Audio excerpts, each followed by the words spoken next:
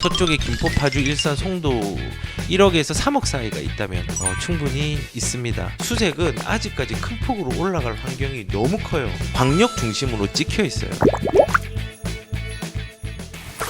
제 회사가 강동이라 강동권은 정말 없네요. 서쪽에 김포, 파주, 일산, 송도 검단 검토할 텐데 구리, 남양주 너무 올랐고 덕소, 평내, 호평은 정말 모르겠습니다 라고 했는데요. 제가 좀 가이드를 잡아드릴까요?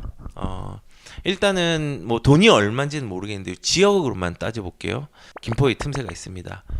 사우역 주변이랑 풍무 쪽에도 검단하고 연결돼서 개발 압력이 센 데가 있습니다. 그리고 파주 같은 경우도 있어요. 운정지구에서 3호선 연장하고 GTX가 나오는 사이에 그냥 신축이죠. 아파트 중에 있습니다. 일산도 있어요.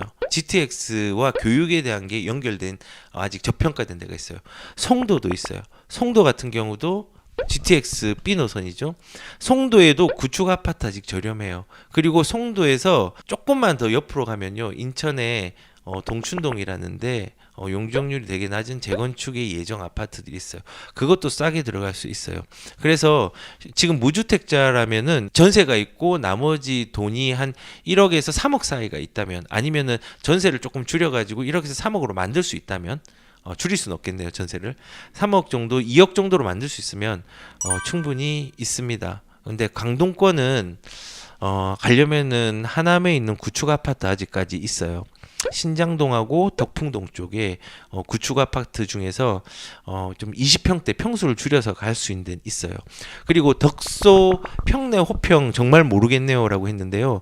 평내, 호평도 나쁘지 않은 선택이에요. 근데 아주 좋다라고는 표현은 하지는 못하겠는데, 평내, 호평에는 진주 아파트인가 장민가 진주인가 이제 재개발 재건축이 일어나고 있잖아요. 거기가 재건축이 일어나는 신축 중에서 평내, 호평역 GTX 노선이 들어가는 가장 가까운 재건축 아파트예요. 그 주변에 구축 아파트 한 2개 정도 있어요. 거기 나쁘지 않아요. 그러니까 이런 식으로 접근을 할 수 있단 말이에요. 제가 구체적으로 얘기를 드리진 않았지만은 나중에 한번 뭐 이제 개인적으로 세미나나 만날 기회가 있으면 제가 자세히 말씀을 드릴게요. 일단은 그런 식으로 들어갈 수 있는 틈새는요, 각 지역별로 있어요. 하지만 서울 중심가에 들어가기는 힘들어요. 그래서 MS 킴님은 방향성을 잡지 못하셨다고 생각이 들면요, 한번 좀 만날 수 있는 기회가 있었으면 좋겠다는 생각이 듭니다. 제가 뭐 물건 파는 사람 아니니까 오해하지 마시고요. 예. 그러니까 수색은 아직까지 큰 폭으로 올라갈 환경이 너무 커요. 예를 들어서 제가 오늘 좀 설명드리려고 찾아놨는데, 수색은요, 가지울보다 입지가 더 좋아요. 가지울 지금 뭐 되게 많이 가격이 올랐잖아요. 여기 되게 많이 올랐는데 여기가 훨씬 좋은 동네예요. 수색 상암. 왜냐하면 첫 번째는 상위 개념에서 도시기본계획 2030 도시플랜이라는 계획에서 광역 중심으로 찍혀 있어요. 그러니까 일자리로 찍혀 있단 말이에요. 여기를 2030년까지 지속적으로 개선시키고 확대하겠다라는 그릇으로 만들어 놓겠다라는 계획을 담고 있단 말이에요. 그래서 상위 계획에서도 이런 상암이라든지 수색 같은 경우는 굉장히 좋은 입지로 만들어 놓고 있는 상황이기 때문에 여기 가제올보다 나중에 여기가 훨씬 더 좋아질 거예요. 두 번째는 여기 이제 롯데 부지가 있잖아요. 요게 한 7년 정도 서울시에서 주변의 소상공인들 여기 롯데 들어오면은 문제가 되니까는 이거에 대해서 상생 방안을 마련해라 해가지고 계속 문제를 제기하다가 이번에 작년이죠.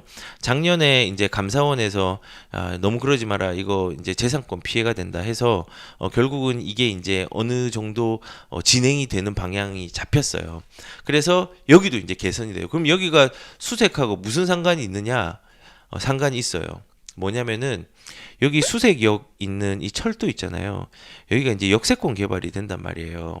역세권 개발이 되어서 여기가 1단계, 2단계로 해서 2022년에 착공하고 2025년에 착공을 할 거란 말이에요. 그러면 여기가 앞으로 되게 단절된 지역들이 연결이 돼요. 특히 이제 수색역하고 이런 식으로 완전히 딴 동네거든요. 가까워 보이지만 굉장히 먼 동네예요. 그런데 여기가 연결이 돼요.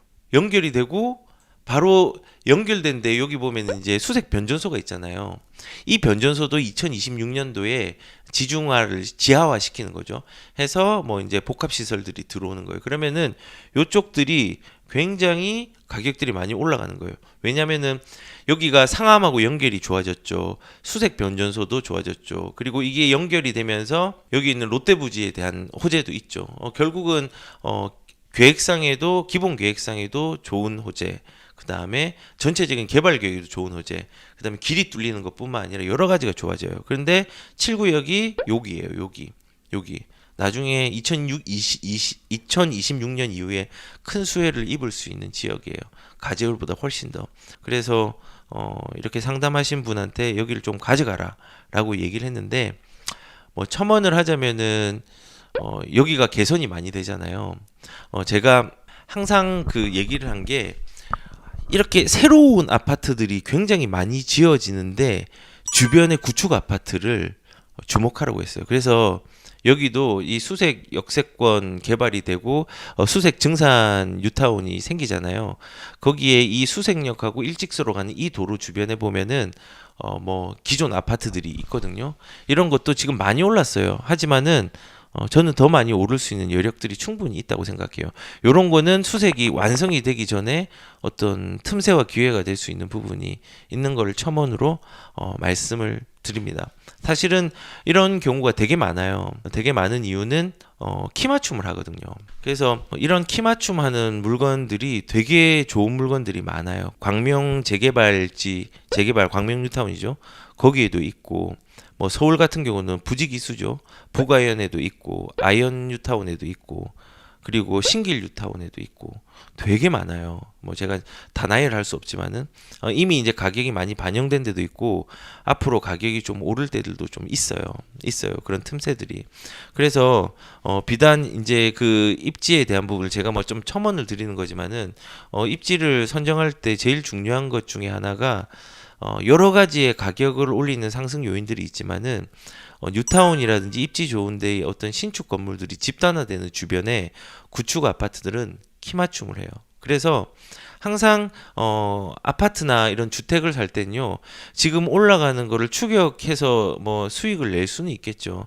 하지만은 그 수익이 내는 것보다 조금 돈을 덜 들어가게 하는 방법으로는 그 옆에 있는 구축의 입구에 들어가서 시간차를 두고 올라가는 그 틈새를 활용하는 것도 굉장히 좋은 대안이라고 저는 생각을 해요. 그럼 여기서 또 오해하지 말으셨으면 또 좋겠는 게 저는 집을 여러 개 사라고 분명히 얘기를 하지 않습니다. 여러 개 사라는 게 아니라 규제의 부작용들이 분명히 일어나고 있고 그 일어나는 현상들은 이제는 뭐 부인하는 사람도 있지만은 많은 사람들이 눈치채고 부인하지 못하는 어떤 팩트들이 되게 많아요. 그래서 저는 개인적으로는 뭐 집을 여러 채 사가지고 부자 돼서 이거보다는 지금의 부작용을 대응할 수 있는 최소한의 기반만 마련해 두세요. 그리고 나중에 집이 올라가거나 하락장에 가거나 이런 데를 그 시기에 맞게 대응할 수 있는 전략들을 그때그때마다 좀 가져가시라는 거. 그리고 집은 한 채는 있어야 됩니다. 다시 강조하지만 인플레이션 해지를 해야 된다. 나중에 심각해진다. 양극화 때문에 이제는 접근 못한다. 그 얘기는 계속 했었어요. 그러니까 지금도 늦지 않았으니까 적절한 지역들 호재가 있거나 뭐 교육이 우수하거나 구축인데 아직 사람들이 발견 못했지만은 확정된 호재가 진행되거나 이런 데는 한번 들어가시는 것들이 좀 필요하다는 생각이 들어요. 이형경님 방배동 재건축 어떻게 보시나요? 지금 들어가도 괜찮을까요? 아예 학교도 고려가 되고요. 방배동 같은 경우는 단독주택 재건축이 일어나고 있는 지역 말씀하시는 것 같은데 13구역 같은 경우는 초과이익 환수제에 적용이 안 되죠. 적용이 안 되고 지금 들어가도 괜찮아요. 그러니까는 어떻게 되냐면은 방배동 같은 경우는 이제 이수역하고 내방하고 방배하고 사당하고 그 사이에 사각형을 그리면은 단독주택 재건축지가 많이 들어오고 그 사이에 일반 주택들이 들어와요. 그런데 거기에 아직 괜찮습니다. 가격이 비록 비싸지만요. 앞으로 가격들이 올라갈 여력들은 충분히 있습니다. 그 이유는 뭐냐면은 강남권이에요. 서초권이에요. 그 지역들은 그 입지 자체가 브랜드예요. 일자리랑 연결되느냐 중요한 게 아니에요. 이미 일자리를 형성하고 있고 일자리와의 접근성들이 뛰어난 동네예요. 비록 뭐 지금 뭐 이제 빌라들이 많고 단독주택 재건축이 지금 일어나고 있지만요. 거기에 단독주택 재건축 14구역, 13구역, 7구역, 뭐 5구역 이런 게 하나씩 일어나면서 아마 신축으로 하면서 그 신축이 주변에 있는 가격들을 다시 견인할 거예요. 그래서 이현경님은 지금 들어가도 될까요? 들어가도 되죠. 하지만은 얼마의 돈으로 들어갈까에 대한 부분들을 고민을 하셔야 될 것 같고요. 재정적인 여력이 된다고 하면은 그 주변 방배동에 있는 구축 아파트라든지 뭐 이런 지역들 들어가도 아직은 상관이 없다고 생각합니다.